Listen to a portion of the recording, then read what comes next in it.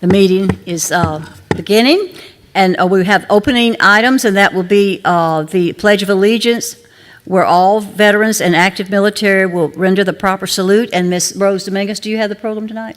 Yes, I'd invited the Ponchatoula Junior High to come tonight for Ms. Crevetto, our principal, is going to introduce our students who have come to join us tonight. Thank you, Ms. Crevetto, for bringing them. Thank you for inviting them. I'll turn it this way. You want to come on up, Jacayla? First, I invited Mr. Austin Harper. He is one of our 8th graders who is an honor student at Ponchatoula Junior High and was in the top finalist for Student of the Year. And last week, he was awarded a Patriotism Award from the American Legion. So he is a fine young man, and I thought he would do a great job representing us. He's also my flag bearer. Every morning, he comes to school and makes sure the flag is up, and every afternoon, he takes it down. Jacayla Hart is going to sing the national anthem. Jacayla is one of my enthusiastic new members of our new choir. We started this year at Ponchatoula Junior High, and her teacher selected her to sing her rendition of the national anthem at one of the football games, and it was a hit with the students and the parents. So I thought, when Ms. Dominguez asked, I thought you could really show off for us tonight. She's also an excellent student and represents Ponchatoula Junior High beautifully. So if you'll stand for the pledge, Austin will lead us, then Jacayla will sing. Please render the proper salute. I pledge allegiance to the flag of the United States of America and to the republic for which it stands, one nation, under God, indivisible, with liberty and justice for all. Yes, you may. I'll take it for you. You do your thing, okay?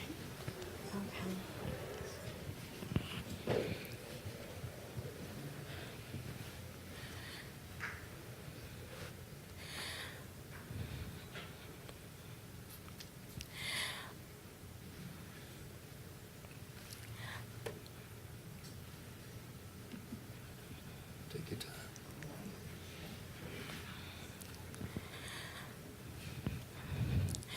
Oh, say, can you see by the dawn's early light what so proudly we hailed at the twilight's last gleaming, whose broad stripes and bright stars through the perilous fight o'er the ramparts we watched were so gallantly streaming, and the rocket's red glare, the bombs bursting in air, gave proof through the night that our flag was still there. Oh, say does that star-spangled banner yet wave? Oh, the land of the free and the home of the brave.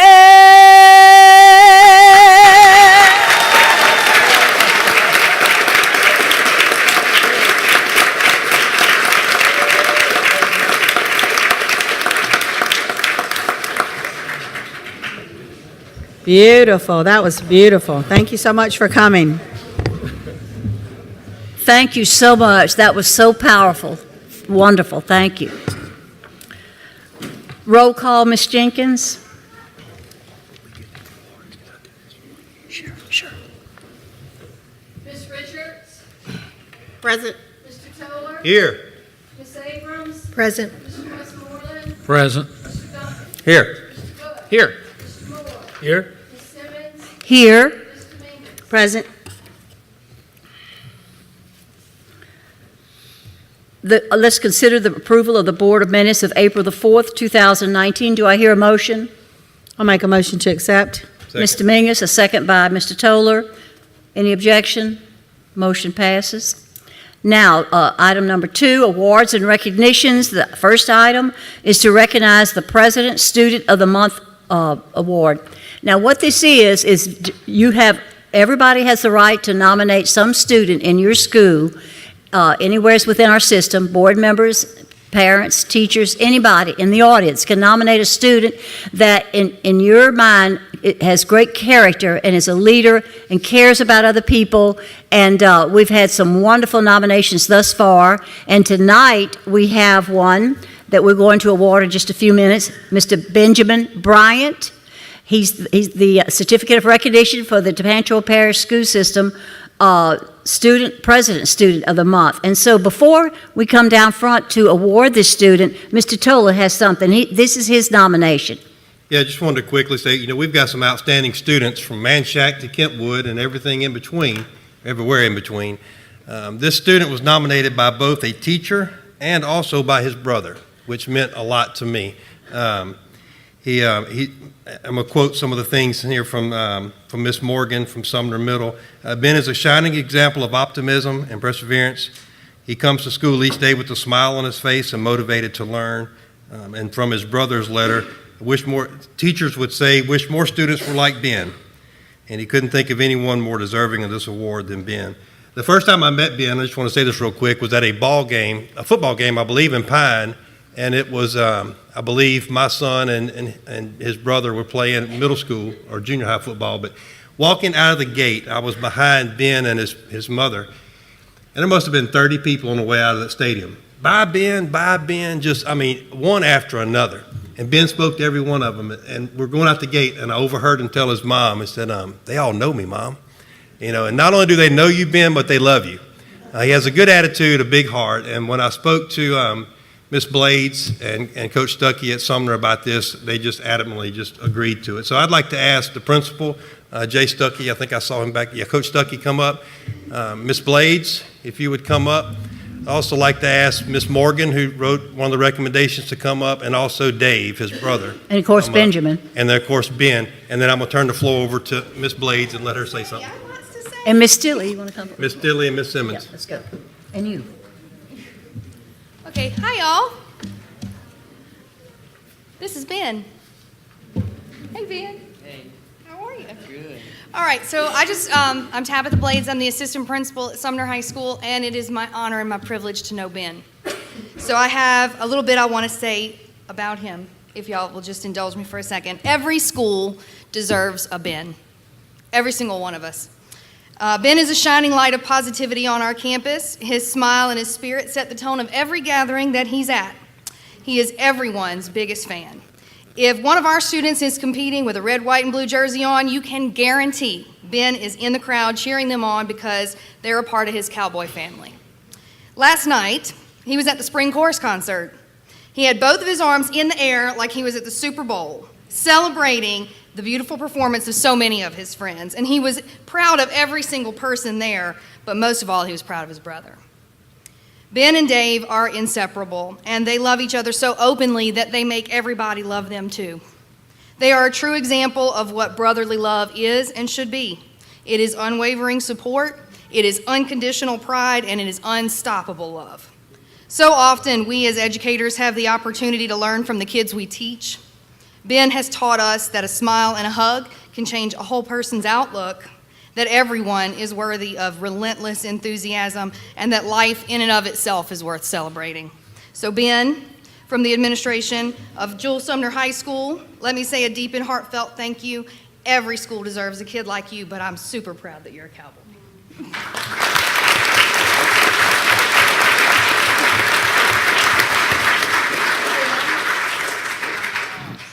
Simmons, the president of the school board, and I want to award you with the President's Award of the Month.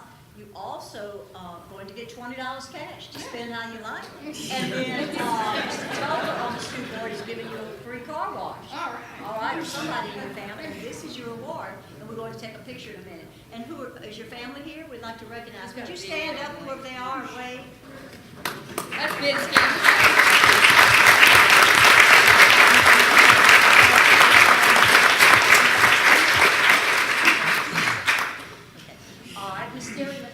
You want to say something, Ms. I just want to congratulate you. Thank you for choosing our parents. Okay? Thank you. Let's get a picture real quick. Right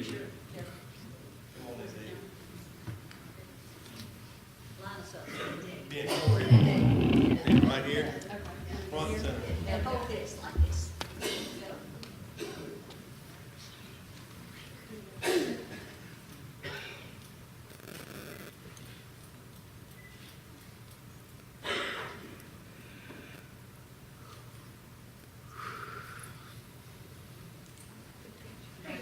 Yeah, congratulations.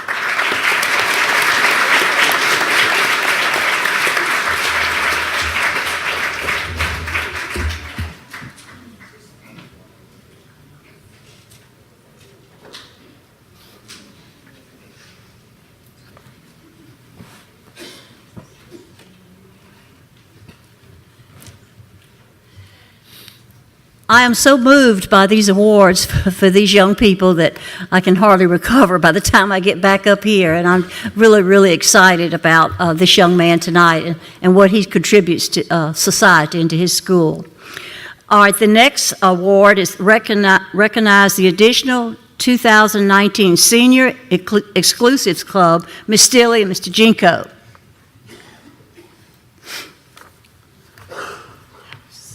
Good evening, everyone. On February 19th, we had a senior exclusives group that came, and in order to get in this group, you have to have at least a 28 or above on your ACT. After that particular night, the ACT test was given again, and our counselors sent some more names of some individuals that had that 28 or above, and we feel that it is only right that they get their due time in front of everyone. Tonight we have an individual who met those requirements and is an overall fantastic young man. The few times that I've met him, academic all-state.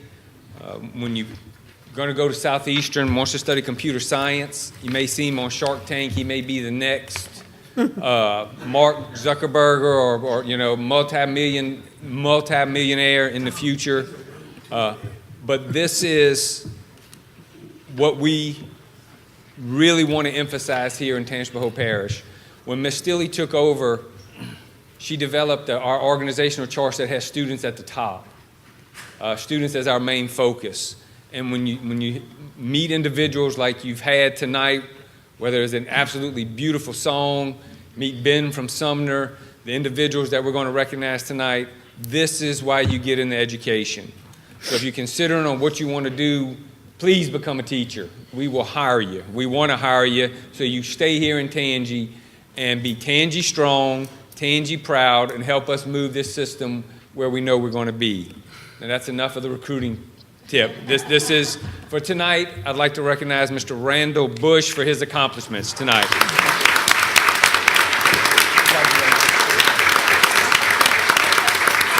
Oh, no, not that.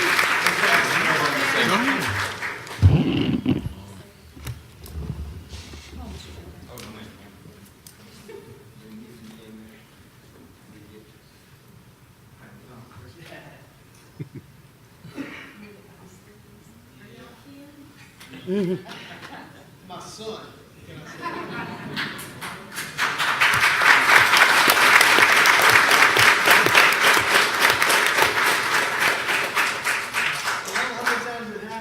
We all gonna take a picture with you. Come on, this might not happen. Come on. We could have stood behind, we could have stood up. I know how many kids you get a chance to be school board members achieve this. Y'all come get in the picture and celebrate with us. I'd be honored. Ms. Dominguez and Ms. Abrams, y'all step up. Ms. Simmons, step up. Ms. Simmons. Yes, yes. Ms. Stilley, I can't see you back there. And he sent you all a graduation invitation, that's why.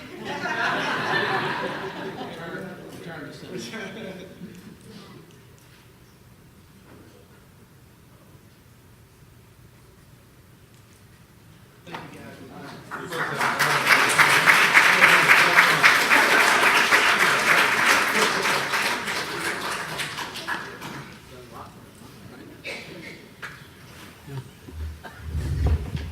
I didn't hear that. He's coming back in 2 weeks. And we didn't bring the oversized hat tonight. I told Tom, this is All right, next item, item C, recognize the 2019 You Be the Chemist winner, Jinko and Husser.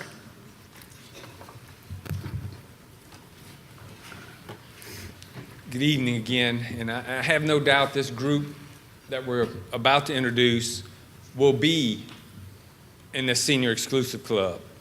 Because when you see what these individuals did, it is truly amazing that day at Southeastern what this particular group did. And just to give you a little background of what You Be the Chemist is, this is where it is a celebration of science in Tangipahoa Parish with a partnership with Southeastern. And we had a few chemical companies that helped us in the past, but they've moved out. But Southeastern and the school system continued this particular joint venture. And it was absolutely amazing what these young individuals did that particular day. When you see the science questions come up and, you know, they're fighting, it's a Jeopardy. It was a Jeopardy competition is what it amounted to. So to Mr. Bush and to the rest of this group that we're fixing to introduce, and to the parents, thank y'all for choosing Tangipahoa Parish School System. We cannot thank you enough for you giving us your greatest gift, which are these individuals right here.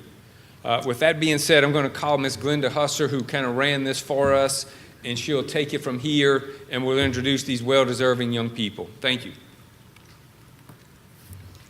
Hi, good evening. As you said, I'm Glenda Husser, and I have the honor of working with STEM in our district and the You Be the Chemist Challenge. The challenge has existed in our parish since 2012, but this was my first year to be involved, but I expect to have many, many more. The You Be the Chemist Challenge, as Mr. Jinko said, is an academic contest that encourages students in grades 5 through 8 to explore chemistry concepts.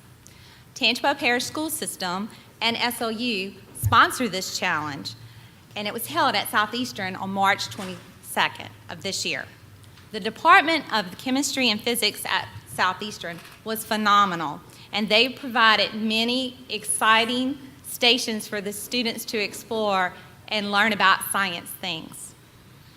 The You Be the Chemist Challenge assists in identifying students who possess the potential to excel in STEM education. Our district, listen to these numbers, our district has 5,964 students in grades 5 through 8. All of those students who did well in science last year on standardized tests, 305 of them were chosen to be able to go to the You Be the Chemist Challenge. Wow.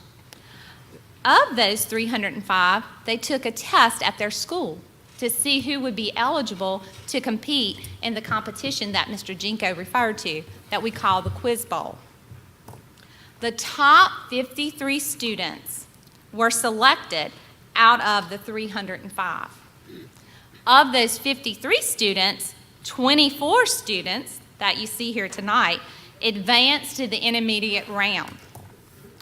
These 24 students receiving the awards tonight are in the top 0.4% of those 5,964 students.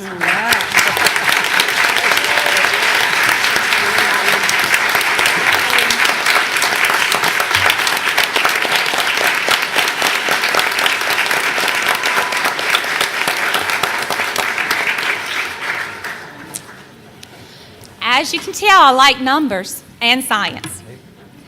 But Tangi was honored even more.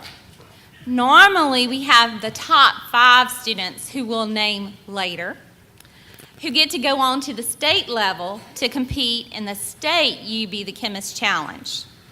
But this year, we were able to send 10 students to the state You Be the Chemist Challenge that took place on Saturday, and they did awesome. And I'm going to share that with you in a little while. We are so honored to recognize your child for their accomplishment and look forward to, as Mr. Jinko said, them advancing, some of them still in middle school, others that are going on to high school in STEM education. But before we present the awards to these honored students, I would like to recognize their parents. So if you're one of the parents of these very intelligent STEM students, will you please stand to be recognized?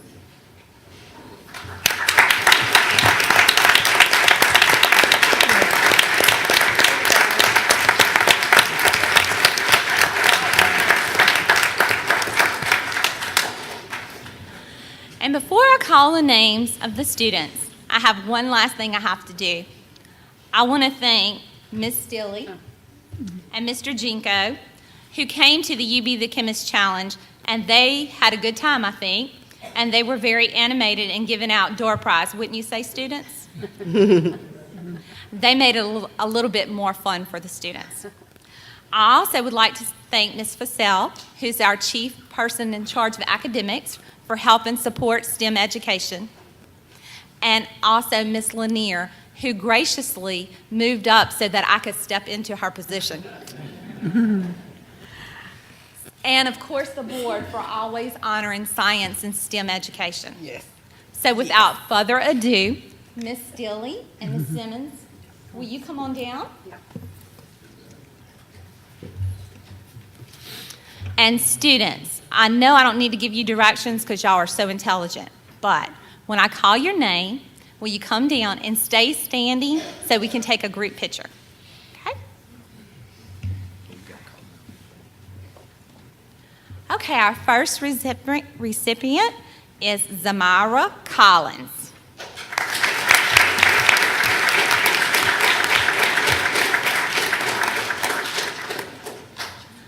And she's from Chesbrough. Yes. Second student is Marcus Lee from Greenwood Park.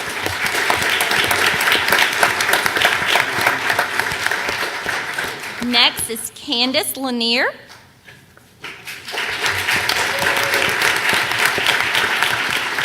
Tyler Marks. And both of those students are from Hammond Eastside. We have 3 students from Hammond Westside. Alexander Batola,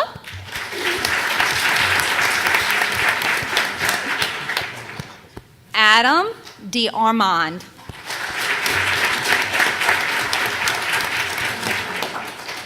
Dixit Moore,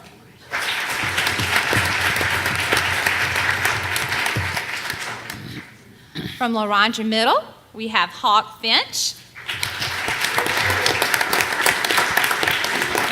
and Buddy Glover.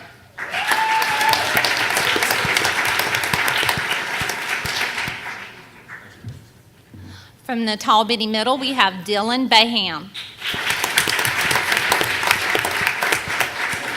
From Ponchatoula Junior High, we have Austin Aiken.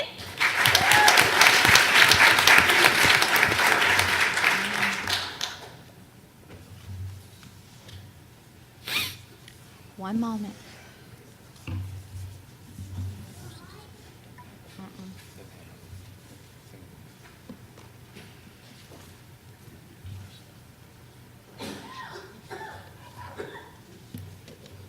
And John Cranford.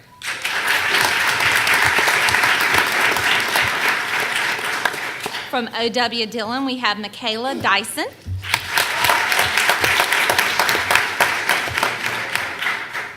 From Roseland, we have Hayden Graham.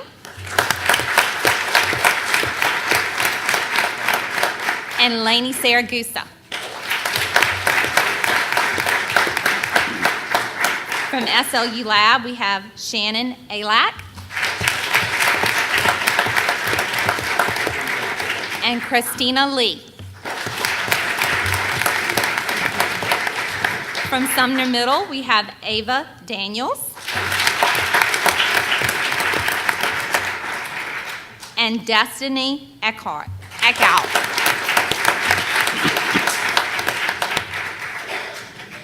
Okay, so those were all the participants. Now to our top 5. In 5th place, we have Caden Pilcher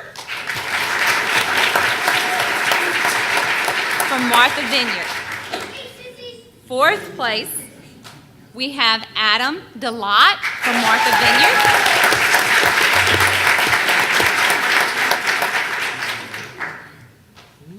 Third place, Nathaniel Sanchez from Hammond Eastside.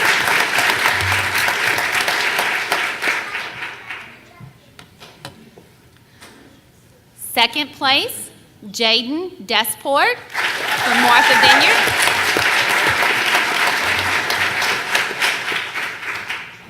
And our first place champion, Caden Cornett.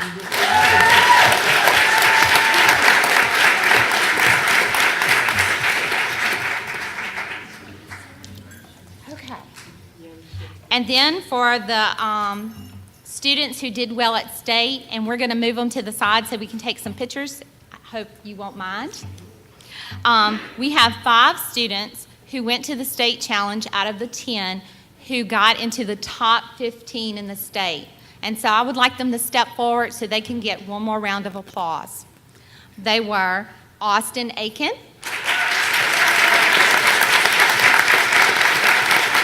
Adam Delott,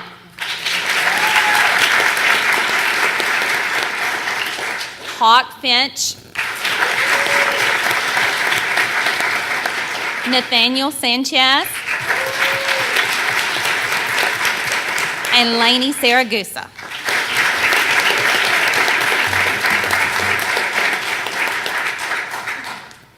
Could we have one picture with just the top 5? And then all of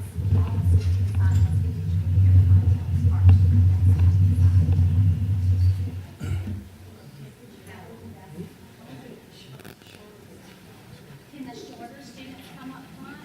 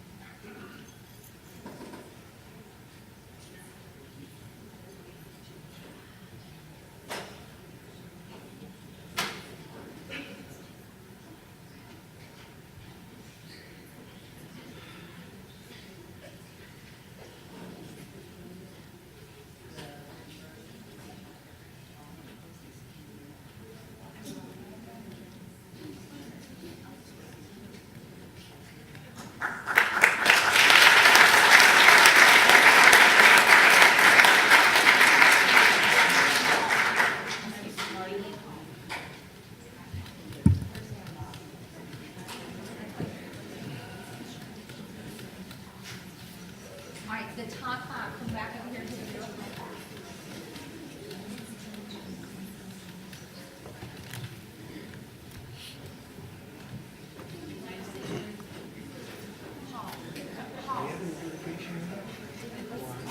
Sandra. Miss Sandra, you gonna go over there with the top 5? Yeah, go down there.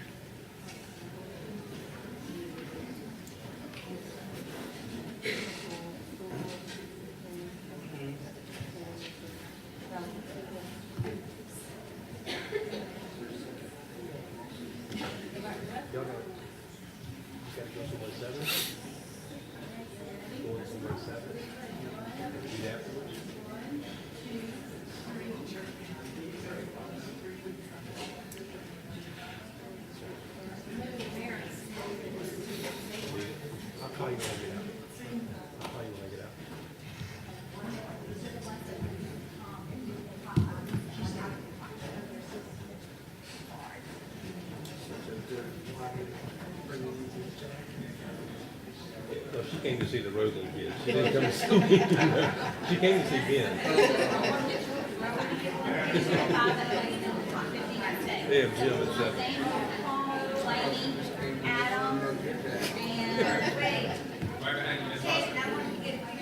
One story about Ben.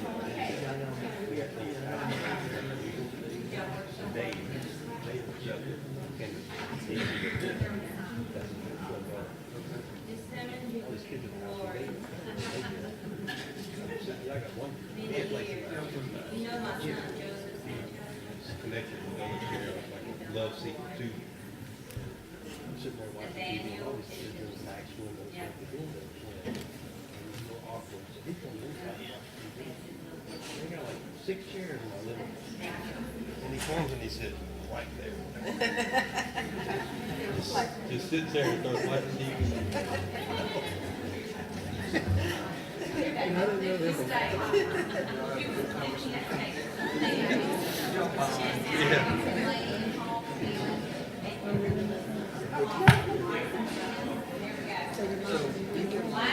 He can leave, I'll call him.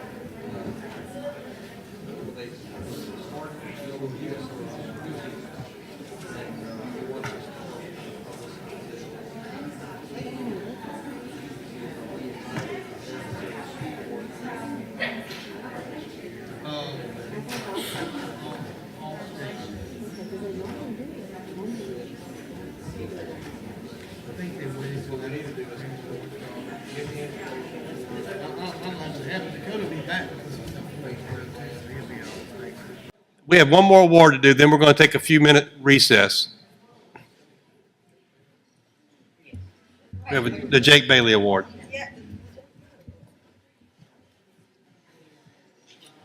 Don't leave yet. One more. I'd like to call up Miss Tamara Whittington from DC Reeves, and the recipient of this UNICEF Jake Bailey Above and Beyond Award is Charles Watkins. Would you come forth, please?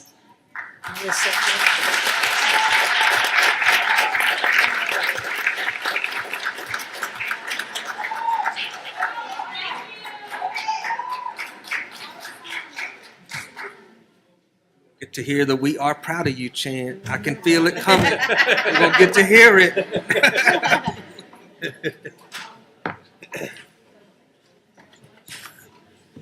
So I'd like to present this UNICEF Jake Bailey Above and Beyond Award to Charles Watkins, who's a custodian at DC Reeves Elementary School, and also too you can have a gift certificate to Murphy Seafood. And we're very proud of you, and thank you so much for what you do. You want to come say a few words? Okay.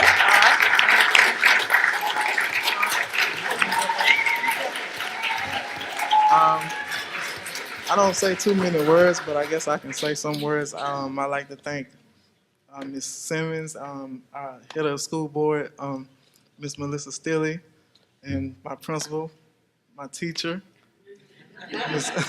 She used to be my teacher, then she became my principal, Ms. Whittington, and my parents and my friends. And I feel honored to accept this award, and all my DC Reeves family, you know.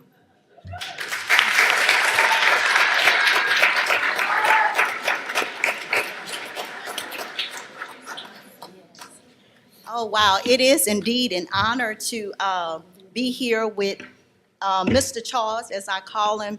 He was in my 8th grade math class, so I feel honored to call him my colleague.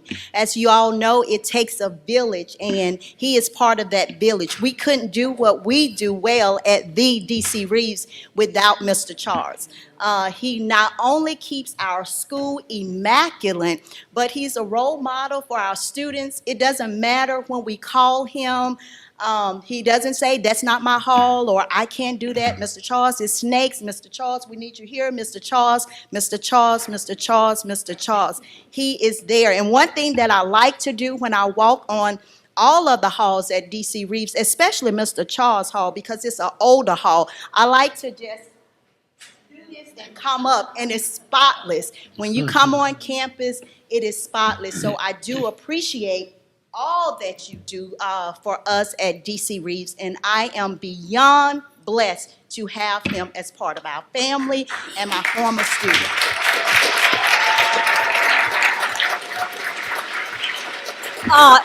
Would the DC Reeves people stand and wave so we'll know who support, and also his family,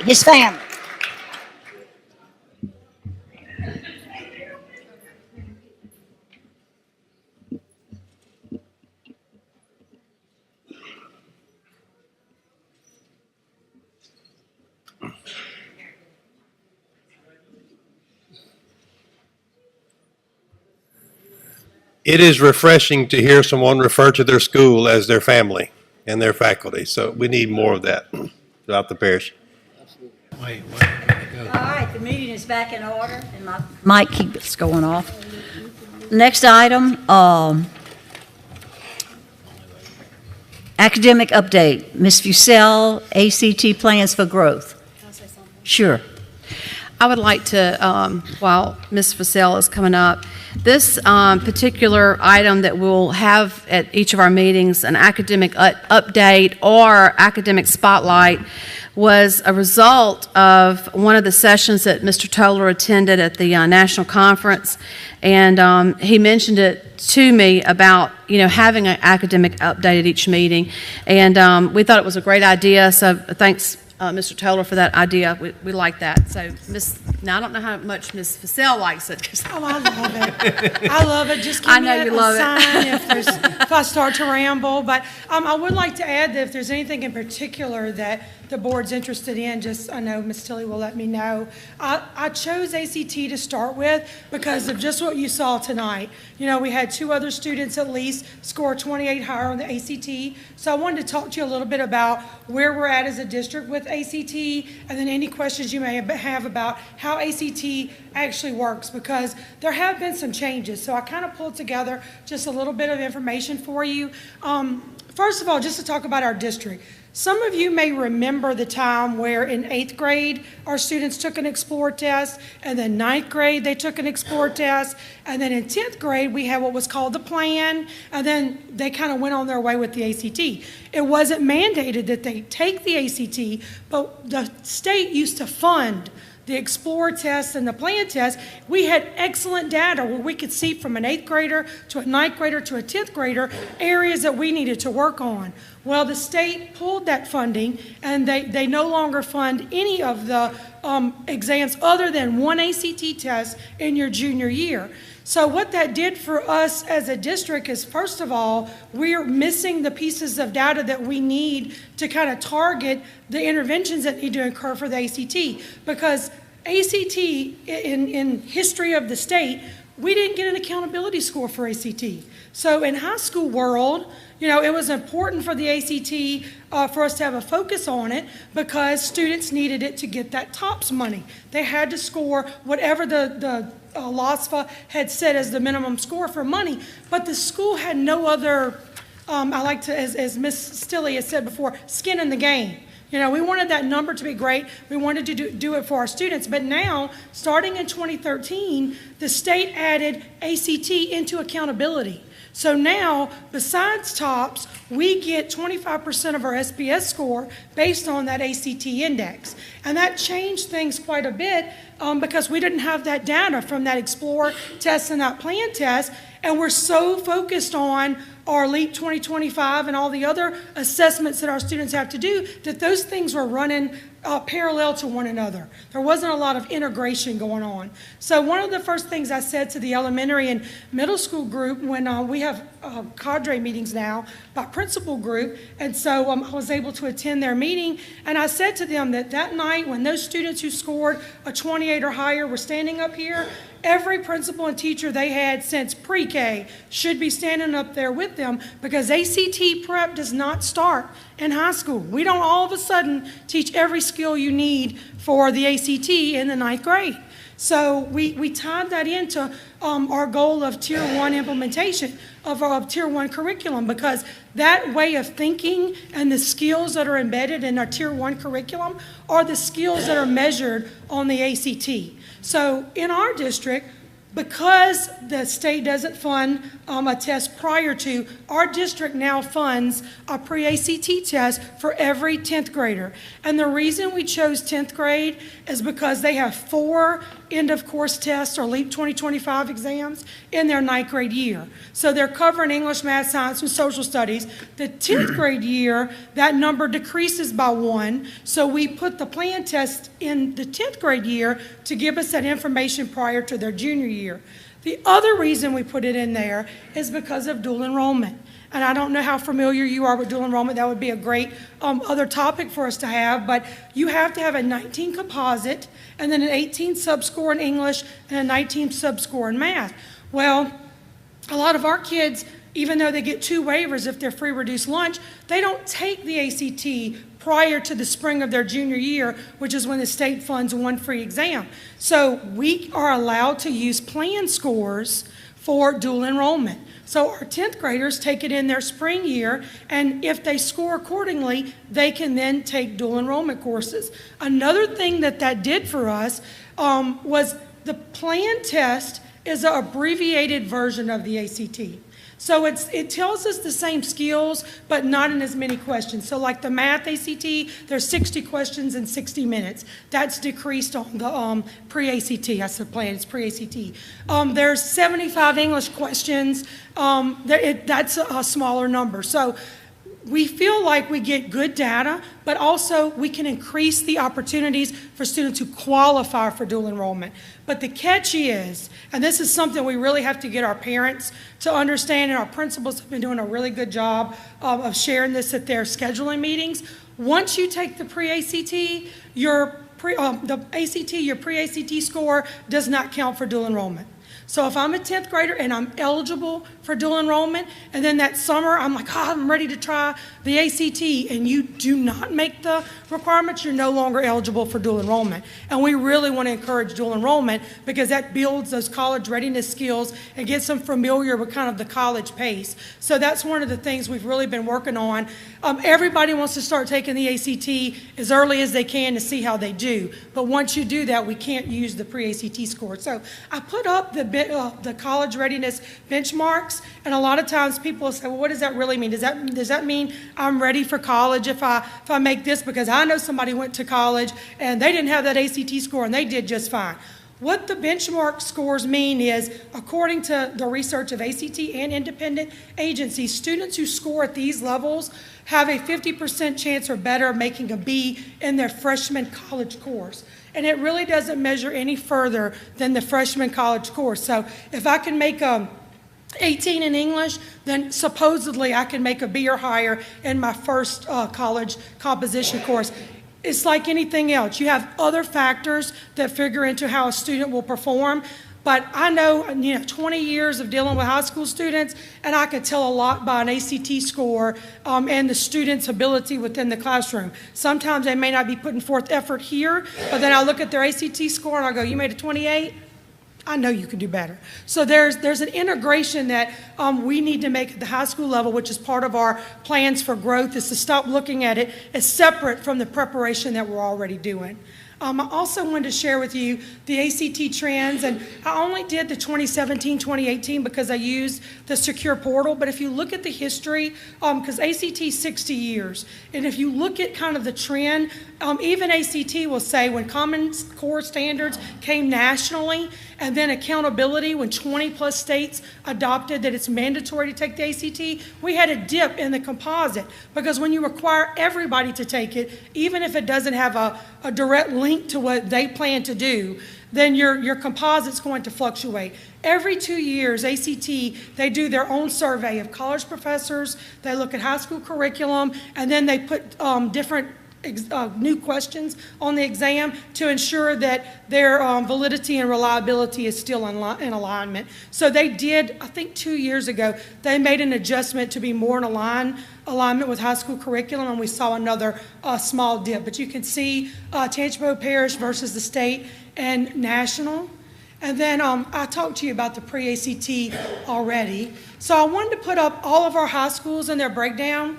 And our high school cadre meeting was today. And this was so exciting because I had them send me their data, and I put it into the SPS calculator for them, because they're not at the point in the year where they've filled out what every senior has. And so all of this is preliminary, because the column that says estimated, that's based on right now the seniors sitting at their school, their highest ACT score, and a work key score. So I wanted to talk to you about work keys for just a second before we look at the chart any deeper. So what the state did, when they added mandatory ACT, you have to realize they also made another shift, which you've heard me speak about before, and that's Jumpstart. So at the end of my 10th grade year, okay, you pre-ACT test me, and then you tell me to choose my pathway. Am I going Jumpstart, which is a credential in a 2-year? It doesn't mean I can't go to a 4-year college, but I have to go to a 2-year college first, or do I choose university? We make that decision at the end of our 10th grade year. And then in the spring of your junior year, you are required to take the ACT, whether you're choosing a 4-year university or not. You also have to remember, they also don't take Algebra 2 in their junior year if they go Jumpstart. They're taking a separate math. So another challenge that we have is, number one, we have to provide incentives. Why is the ACT important to me if my dad owns a business that I know I'm going into? The only person who cares about my ACT score at that point is the school for accountability purposes. Now, the state vision behind that, and I can relate to, is that they don't want a child to not know they had the opportunity.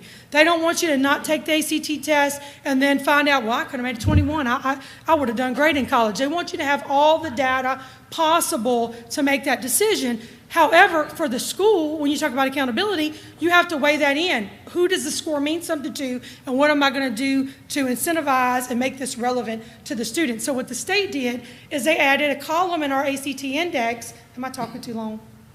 Okay. No, I didn't watch the time. I lost a little in ACT world. So the work keys test, that's part of the ACT family, but it measures a different set of skills. Work keys measures how ready am I for the workforce, whereas the ACTs measure my skill set for my freshman year of college. The work keys test is wonderful, and our students who are going to a technical school who did not make a 17 on their ACT, but they make a silver on their work keys, they get access to money. That's money for them. So if I'm a student who's chosen the Jumpstart pathway and I have a 15 on my ACT, you better believe I'm happy about taking that work keys test, because if I get a silver, that's money that my parents don't have to pay for my TOPS Tech education. So the state added that into accountability. So when you see our scores, that's a combination of an ACT or a work keys. And that goes both ways. I guess this is how the state balances it out, or if it isn't, it would be a good argument for them. A university-bound student who has a 17 can also get our school's points based on their work keys exam. So I may not qualify for TOPS with my 17, but if I can make a silver, gold, or platinum on the work keys, my school's going to get accountability points for me. So I guess it's a trade-off when you think about the Jumpstart student who maybe doesn't value that ACT score as much as we would like them to for accountability. And I'd like to specifically highlight Independence High Magnet.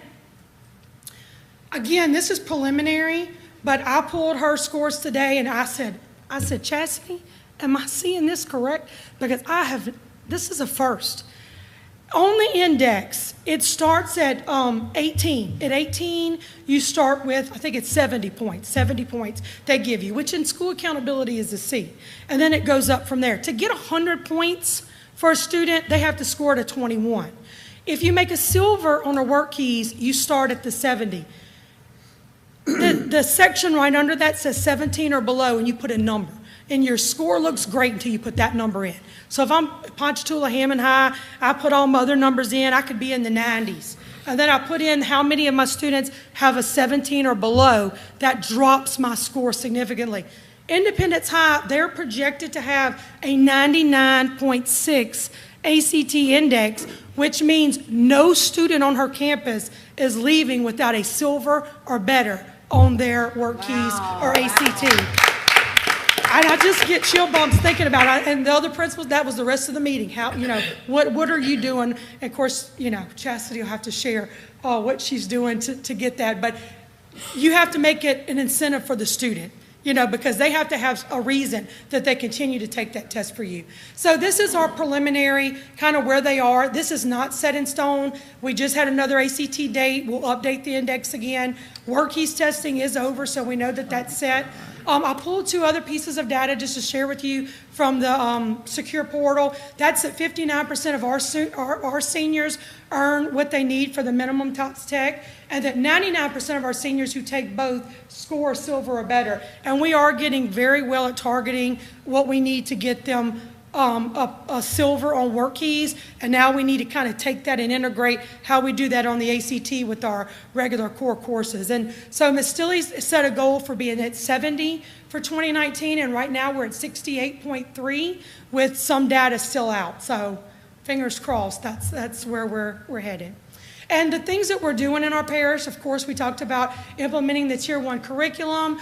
Each of our high schools has a 5-year plan. They're all mandated to have a ACT prep plan, which the district helps support through the boot camp. We purchase boot camps through Mastery Prep. This year, we're going to buy what's called Key Train for work keys, which is extremely aligned to the test and supports students in scoring higher on the work keys.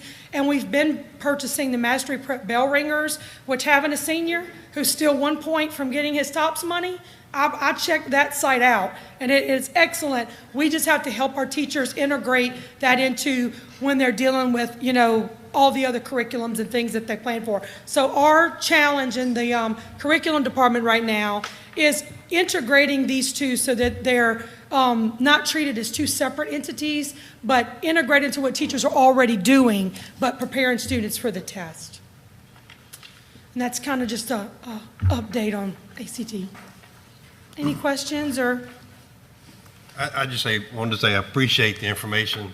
Too many times we get caught up in our policies and procedures. We forget that the outcome of these policies are these kids that are sitting here getting these ACT awards. And I know that our system reflects a lot of other children as well. So getting this update is important to us. So I appreciate that, Ms. Fussell. Thank you, Ms. Fussell. Thank you. Ms. Jenkins, you have this PowerPoint presentation. Maybe you could send it to the board members so they could, read it a little bit more. Thanks. All right. Consider committee reports. 4A, Policy Committee, April the 10th, 2019. Do I have a motion? So move. We have a motion by Mr. Toller. Do I hear a second? Second by Ms. Janet. Also, too, are there any objections? Motion carries. Superintendent's reports and our recommendations. Quarterly report on the district strategic plan, first item. Yes, thank you. Thank you. You have before you and on the screen, Ms. Jenkins is going to pull that up, is a copy of our progress report for our strategic plan. If you recall, the district put together the strategic plan. Took about 6 months to put this together with input from a lot of stakeholders across the parish, both employees and civic groups, et cetera. And we had the board approve that in December. So if you're a new board member that came on in January, you were not part of the initial approving of the plan. So this is an actual report for the first quarter of implementation. So once it was approved in December, we hit the ground in January to begin implementation of our strategic plan. So what you'll see, if you look at our original plan that's on our website, it's like, where do we want to be in 1 year? So if you look at each of the areas, the first goal or the first bucket has to do with resource management. Under that particular bucket, you'll see action items, you'll see owners of the goals, action items, the deadline dates that were set in the plan, and then the last column is really the column that you want to pay attention to. We have it's on track, means it's yellow, color-coded. It's completed, green, or is totally off track, it would be red. And so when you see the color yellow, on track means there's some planning and discussions and meetings and all of those things that take place before it's actually completed, but it's not yet completed. And then you'll see the actual deadline that's on the column next to that. So if you take each of the areas under resource management, one of the things that we wanted to do in Action 1, which Mr. Schneiderbach is the owner of, is to begin to look for an independent contractor to help develop a facilities plan. He's had many conversations about that. We've been back and forth. That's an activity that is ongoing in process, but not complete yet. The salary study, where we look at our neighboring parishes and parishes in our area and compare our salary scale of our employees to those districts to see the gap that's there with compensation. You can see the deadline of May 30th, and that is on track as well. So you move on down. I don't think I want to read every single one of these particular items to you tonight, but I wanted you to have the overview, the big picture, to know what we're on track with, we're planning and doing, and what we've completed. You'll see that, let's look at the green areas. We have created the retention-based contracts for our employees where when we hire and invest in them, in their development, to have retention-based contracts available. For instance, with our Certify Our Own program that today Bessie Committee gave the nod on for approval, those particular teachers that are in the Certify Our Own program will not pay a price to or cost to be involved, but in return there's a retention-based contract that they sign, that they commit to our district for at least 3 years after they gain their certification. So that's an example of how we use retention-based contracts with employees. Another green area is you'll see in that first section with praxis workshops, which we're doing that now. That's ongoing. It's completed. We provide those on an ongoing basis where we pay contract individuals to work with our uncertified teachers to help them to get the knowledge that they need or the test-taking skills that they need to be able to pass the praxis. In the second goal area, which is academics, you can see some green areas there. Action 1 is utilizing peer observations and visits to analyze the principal cadre meetings. Those are basically our principal meetings by grade band. They go into the classroom together as groups of a group of high school principals or middle school or elementary. They go in, they do observations of teachers, they look at the data, and they talk about what kind of feedback that they can give teachers that will impact student learning. And that's a green area, and it's ongoing.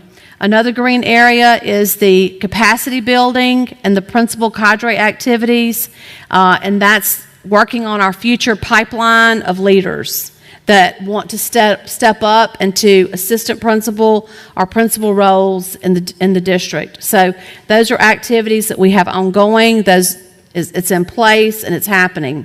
Another action item under Ms. Lanier is the video links and things to increase community access 2 recorded seminars and development of social media presence. You'll see a lot more of that. For instance, the CTE, we have we have our own Facebook page for CTE. We're posting things on there about our students and different pathways and credentials that they're getting. So trying to do more with our parents and having a plan to educate our parents on how they can help the students. On page 2, the green areas, managed stakeholders. Item 2, I'm the owner of this particular section. Establish teacher and family advisory committees. Those have been established. We had our first teacher advisory last week, I believe it was, Mr. Jinko. But those committees were established, but we're ahead of the game. We've actually had our first meeting, and we plan to have another meeting before school's out. We also have family advisory. We've had several of those that took place in March, so that's a green area. Coffee talks and just being out there to communicate and participate in community events.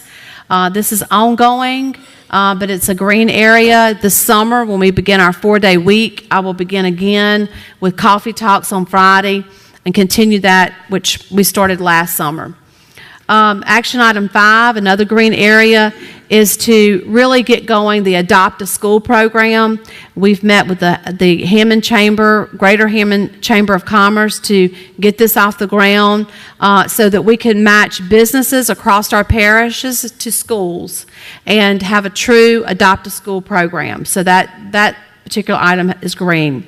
The Alumni Comeback Days is another green item, and you've probably seen some of this on school events where we've asked our schools to identify at least 5, maybe 10 alumni that have attended school, whether it's an elementary, a middle, or high school, if it graduated from that school, that is out, that can come back and talk to the students and just sort of tell their story, and that so that they can really relate to kids, and kids can see a role model that actually attended school in their area.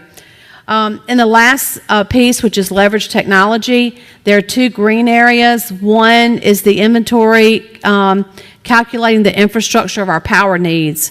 Our goal is for every student to have one-to-one computing, but in order to have that, one of the first things that we need to do is to look at the infrastructure and make sure that we have the electrical capacity going into our buildings that can handle that, and then prioritizing where our buildings are with that. That's an area that Kevin Crivetta owns that particular item.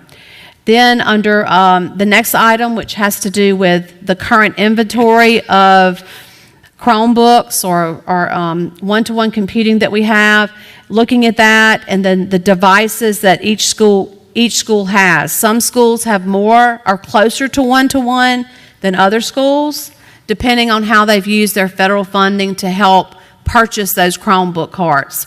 So we're ongoing with that, but it's also indicated as a green area.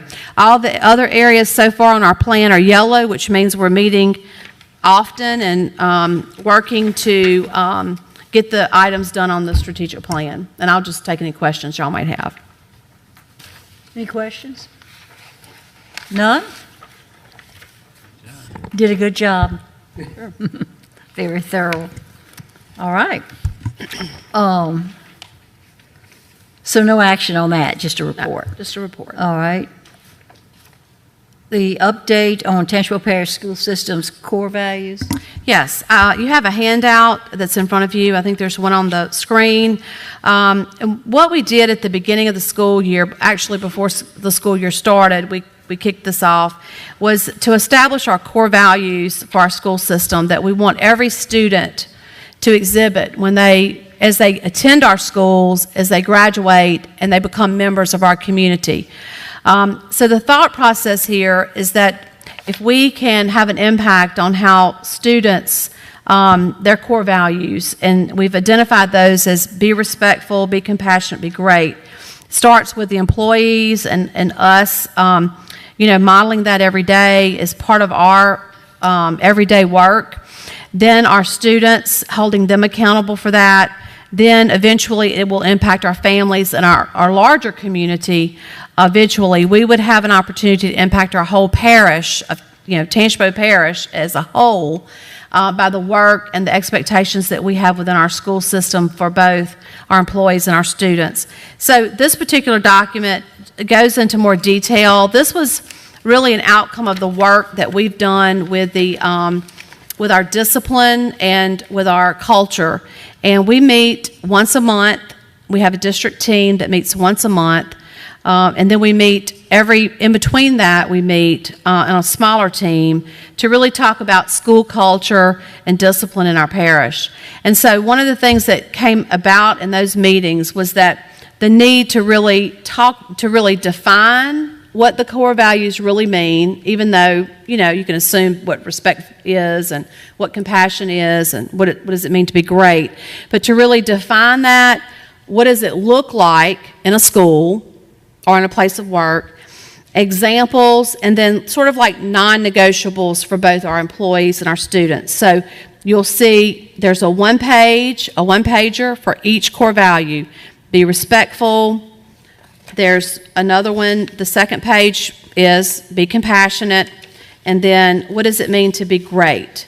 And, that's been one that I think most people have had questions with. What does it mean? I think Sandra and I actually had this conversation when we were talking about identifying our students for that award. Yeah, Student of the Month.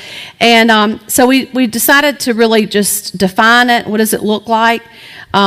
Greatness is showing up every day, doing your best, being accountable for your actions, fighting through adversity. Strong spirit, courageous and brave, being a team player, working with others. So growth mindset. So you can see some ideas here about what greatness is.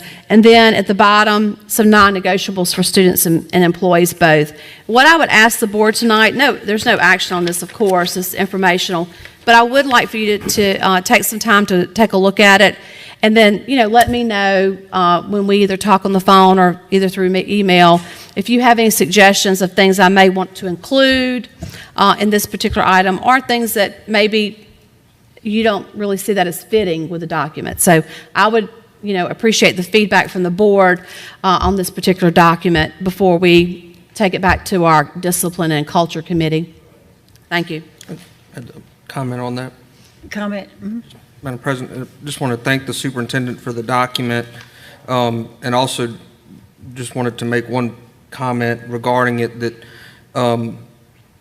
just in looking at this, one of the things that stood out to me in reading over what you wrote regarding respectfulness and empathy was the fact that, some people may look at these things and say, oh, well, that's just kind of like a touchy-feely thing, and that's nice, and all of that stuff. But there's actually been studies of these schools that kind of overperform in the area of student performance, particularly schools that have like a 90% high-risk population. There's some outlier schools that are able to perform really well in student performance despite the fact that they have a higher percentage of high-risk kids. Right. And what those studies found is that a common element of those overperforming schools were a culture within that school of empathy, compassion, and respect, which maybe kind of seems weird, but I think and I'm not an experienced educator, but these are things that experienced educators have explained to me that they know that instinctively, that when they can connect with a student on a relationship base, that where they can let that student know that they care about them and that they love them, that they're going to have a much better chance of helping that student grow academically. And of course, so our teachers know that, the great teachers know that already, but we also have studies that have confirmed that connection. And so I just think it's important to point out that these core values, as we develop them, it's not just about being touchy-feely. It's not just about kind of, letting the public know that, that these are all nice attributes to have. There is actually a core connection to growing these students academically, because we've got to first let those, particularly our high-risk students, know that we care about them, that we love them, and that we want to see them reach their potential. And when they know that we feel that way, they're going to actually perform for us and for themselves. So anyway, thank you for this, and just wanted to make sure we talked about that as well.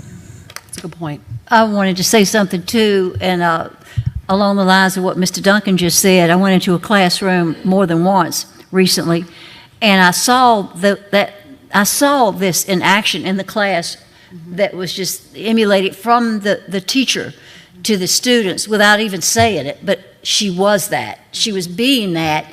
And I looked at the kids, and these were not honor students, you know, these are just average kids. And the respect and she didn't have to demand their attention. She didn't have to threaten them or anything. And so I asked one of them, why are you so well behaved in here? Why are you so involved? I love my teacher, and my teacher teaches me about other people and about caring. And you think this is all touchy-feely, but I saw it in action. And it can happen. It can happen, and it begins with the teacher, of course, or really with the principal. Or really it begins here. Yes. And it just works on down. And also, too, how are the teachers going to get this to the students? Is there a plan? Yeah, we're actually, we have a communication plan just for our core values. And you'll notice that, you know, they're on our email signature. I put them in a lot of stuff, bringing them out for our employees, because honestly, for the students, I think they need to see the employees, you know, exhibiting these characteristics every day. And then they begin to catch on that this is how we interact. And then it goes past the classroom into the school as a whole and into the homes and in the community. So it's just exciting to know that our school system can have an impact on the overall quality of life in Tangipahoa Parish as a whole. Mm-hmm. If everyone could exhibit these qualities. And I think that's a good point, Mr. Duncan, about the research, because there's a lot of research in this area. And there's cities that do respect campaigns and compassion campaigns in other states where businesses and the civic groups get involved. And because it not only does it make a difference in the quality of their community, but it makes an impact on their learning. Good points. And I think we need this now more than ever. Yes, I do. So it's a good time. Any other comments? All right, next item, C, consider approval to refer policy EFA, technology acceptable use, to the policy committee. Yes, thank you, Ms. Bailey. So I'm asking the board for approval to refer this policy, which is our technology acceptable use policy, to the policy committee when we have that next meeting. I make a motion to refer that item to policy. We have a motion by Mr. Mingus. Do I hear a second? Second. Second by Mr. Westmoreland. Any objection?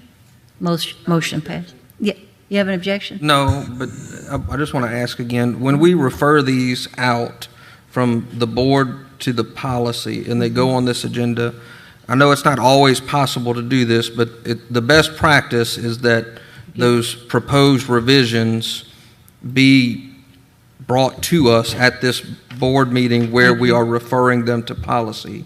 It just helps to kind of get those proposed revisions out into the public so that there's plenty of lead time and everybody knows what we're talking about. And like I said, I know that's not always possible, but if we could try to make an effort to make sure we do that, I know that will help with our transparency efforts. That's good. Anybody else?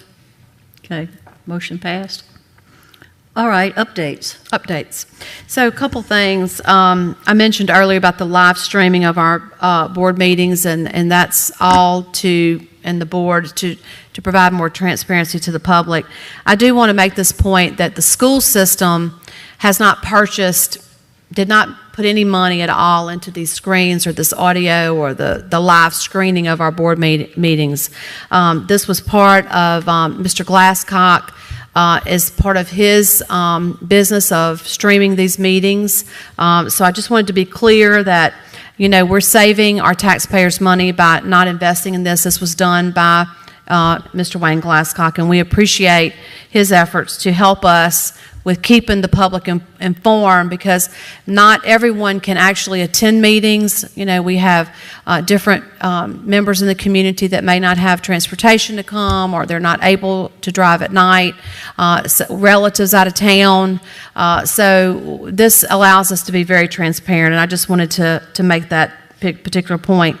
Another point I wanted to make that you'll see in our strategic plan, that's not listed on the progress sheet, but it's sort of like in year 2, but we're actually ahead of the game in this area. We currently have 2 21st century after-school programs that are funded through the federal grant in our parish, and that's at O.W. Dillon and at Amead Elementary. We recently had a meeting, and we have the opportunity to extend and add 2 additional schools, and those 2 schools will be Greenville Park and Hammond and Woodland Park elementary schools. So I just wanted to mention that. One of our strategic goals is to have more schools with after-school programs for students, because we know that our students need extra help with the curriculum that they have. Now, currently, we have the Ponchatoula area that provides an after-school program. Ms. Stilley, the other Ms. Stilley, May Stilley, heads that up with Mayor Zabia. We also have the Hammond area churches and groups that provide an after-school program for many students, but they're not able to service all the kids. So these are just some examples. I thought this was a really good, positive thing to be able to have the federal funds, again, not costing taxpayers in this district, but federal funding that can provide more services for our students. And I just wanted to mention that tonight. Thank you. All right. Any comments on that? Personal privilege. Board member comments. It's time to start at this end. Ms. Abrams. I'd just like to say I had the opportunity to visit 2 of the schools in my district this past month, one being at Laranja High School, where they had Career Day. And I just went to just be a spectator, but I wound up having to speak because one of their speakers had not been able to show up. And it was very eye-opening. Our parish president was there, somebody from tourism was there, different aspects of not just people that have gone to college, but just people that could generally give them the information they needed if they wanted to go into that field. I got to speak on hospitality, which we kind of brought into the fairs and festivals, and how hospitality and tourism comes into play with that. And the kids asked a lot of good questions. I was very impressed with their interest in it, and I got to sit in our parish president's meeting as well, and the kids were just so involved and wanted to know how things worked with the land field and different things. So it was very interesting to see that work.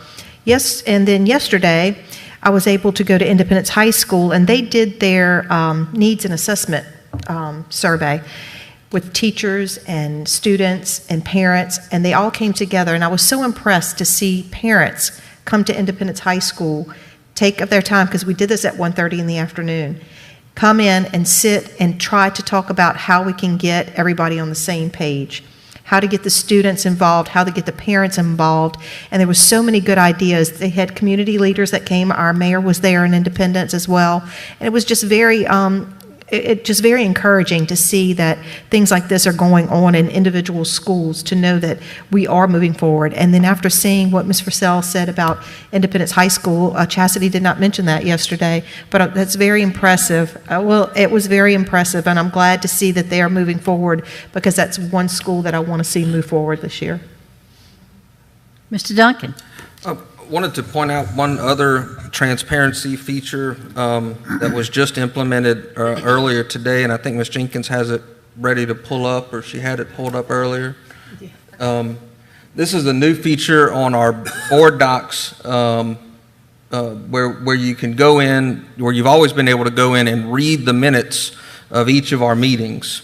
Well, now, in addition to still being able to read the meetings of each of the minutes, you can pull up the video broadcast of the entire meeting, and if you want to skip over one particular portion of the meeting, for whatever reason, and only want to look at when the board maybe recognized the City of Independence Alderman, that you just want to watch that, you can just click to that portion of the agenda. It'll skip straight to that, and you can watch it. So it's a really neat feature. I'm glad that we have implemented it. Again, I think it's important for the sake of transparency that we continue to find ways to do this and to engage in the public and let them know that we want them to be engaged with us and to be part of this process. So I hope everybody goes and checks that out. Ms. Janet? And thanks, Ms. Jenkins, for all the hard work to get that set up. That was a big task, and she did a good job with it. Yes. Janice? Okay. I just like to say congratulations and thank you, Ms. Stilley.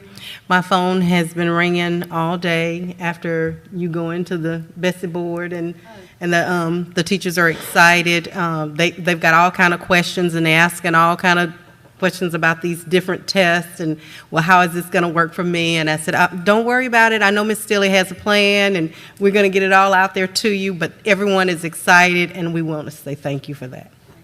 Good. Mr. Toller? Yeah, just want to congratulate you. This, every day now, we're having seniors that are having their last day at school. They have come a long way, so I just want to encourage them to hold that steadfast true. We have a couple more weeks to get till we get to graduations. We don't want to see anybody get hurt or screw up, for lack of a better word, between now and graduation. So, they've come a long way. Let's finish strong and let's get all of them graduated and moving on to their either vocation or college of choice. So, Safely. Safely. All right. Pray for that too. Mr. Bush? No, Mr. Moore? Yes. Okay. And I too would like to commend you, Melissa, on the progress that you have been making and the sentiment that you have expressed as far as working on the thing that I am pretty concerned about, which is discipline, and how we do that, how we handle that with compassion, because any person who receives instruction is going to receive that a whole lot better if they know you care. They know that you're doing that in love, which is a key element here. So I just want to commend you on that. Mr. Mingus? Well, I wanted to piggyback on what Ms. Janice just said about the Bessie board. That is great news. I'm really proud of that. Also, the Bessie board voted unanimously to support an MFP increase as well as a pay raise, and our education committee chose to vote that to send it back to Bessie today. Very disappointing that our legislators are not even helping the Bessie board, which was unanimous. There were many, many people represented there from our teachers' unions, our superintendents, our principals, our school boards association. Many people were there in favor of supporting that, and the education committee chose to send it back to Bessie to remove our increase. So in the next week or so, we really need to reach out to the people on the education committee, let them know we haven't had but one increase in 9 or 11 years. Since I've been on this board, we've had one increase in MFP money. We need to let the education committee know that this needs to get out of education, give our legislators an opportunity to vote, not just leave it in the hands of that 15-panel committee. I also want to thank you again about the Strawberry Festival and letting us out a half day. I had so many people tell me how grateful they were, and it was much safer to not have the buses unloading children all over town when hundreds and hundreds of people were there setting up. All of our booths, I think we have quite a few school organizations that have a booth, and I know they did really well. They made a good bit of money, which brings them throughout the rest of the year for their projects they do on our campuses to help us. So we just had a lot of things going on this past weekend. I also went to Punchville High School for their Mary Poppins production, which was amazing. And I'm looking forward to seeing some of the other programs that we've been getting invitations to. And of course, the graduation's coming up starting next week. So thank you. It's been a good week. Mr. Westmoreland? Yes, I'd just like to say that I was very pleased today to see all the students that was here. Every meeting that I come, I'm amazed at the number of students that are awarded for their academics. And as I look at the strategic plan that Ms. Stilley has and the core values, I think the more that gets into our system and into our employees, the more students we're going to have out here, that we're going to need those TVs out in the lobby for the people to come and see their children receive these awards. So I'd compliment our superintendent on that. Thank you for that. Yeah, you know, when we have these awards and the kids come and the parents come, it reminds us of why we're here once again and what this is all about. And also, too, encourage board members to come up with a Student of the Month nomination. A few of them have. We're waiting on the rest of you to come up with some names. And you go into some schools or checking with some principals and finding out some worthy individuals.